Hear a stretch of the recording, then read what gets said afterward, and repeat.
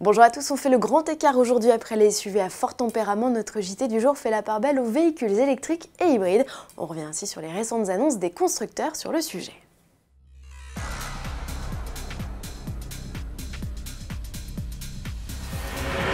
Entre hausse des prix des carburants et normes environnementales toujours plus strictes, les véhicules électriques et hybrides connaissent un boom des ventes sans précédent partout dans le monde. En réponse aux autorités et aux demandes croissantes des consommateurs, les constructeurs cherchent donc à augmenter leur gamme de véhicules électrifiés. Comme Volvo, Honda, Jaguar Land Rover et beaucoup d'autres, Opel a annoncé son intention de passer sa gamme au vert à partir de 2024.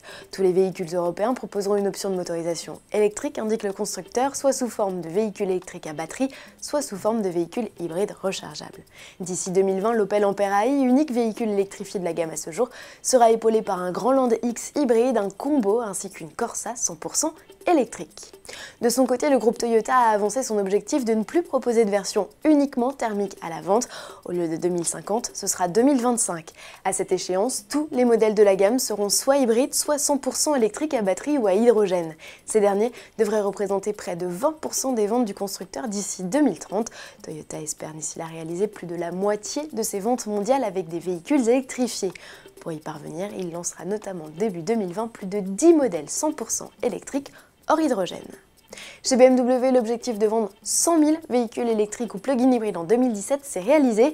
Pour fêter cela, le constructeur a customisé son siège social en Allemagne en pile géante. En complément de cette annonce, la firme munichoise a annoncé vouloir étoffer sa gamme avec 25 modèles électrifiés, échéance fixée à 2025 ici aussi. BMW a déjà déposé les noms de i1 à i9 ainsi que les appellations iX avec ces mêmes numéros, laissant ainsi présager l'arrivée de versions baroudeuses. Outre les nouvelles i3 et i8 coupé roadster, on attend de pied ferme désormais les Mini et X3 100% électriques prévus respectivement en 2019 et 2020. Du côté de chez Nissan, c'est la Leaf qui est à l'honneur. Le constructeur a débuté l'assemblage de sa berline 100% électrique en Europe au sein de l'usine de Sunderland au Royaume-Uni. Le site d'Opama au Japon tourne lui à plein régime depuis le mois de septembre déjà. Les premières livraisons de Leaf de deuxième génération sont prévues en février 2018. Affichée à 33 900 € hors bonus, la berline Nissan a gagné en aide à la conduite et en autonomie avec une batterie de plus forte capacité.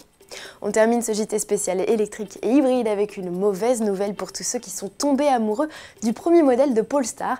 La nouvelle marque du constructeur chinois Geely est spécialisée dans les véhicules électrifiés haute performance, n'a pas retenu notre marché pour commercialiser son coupé.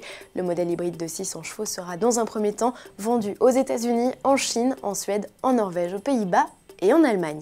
Si beaucoup d'efforts sont faits, vous l'avez vu, pour que les consommateurs conscients des enjeux environnementaux se décident à acheter ces motorisations alternatives, il reste de nombreux freins, comme les prix plus élevés, la peur des pannes, ou encore l'autonomie et les infrastructures de recharge limitées pour ce qui est des véhicules électriques. Et vous, êtes-vous prêts à sauter le pas? À demain.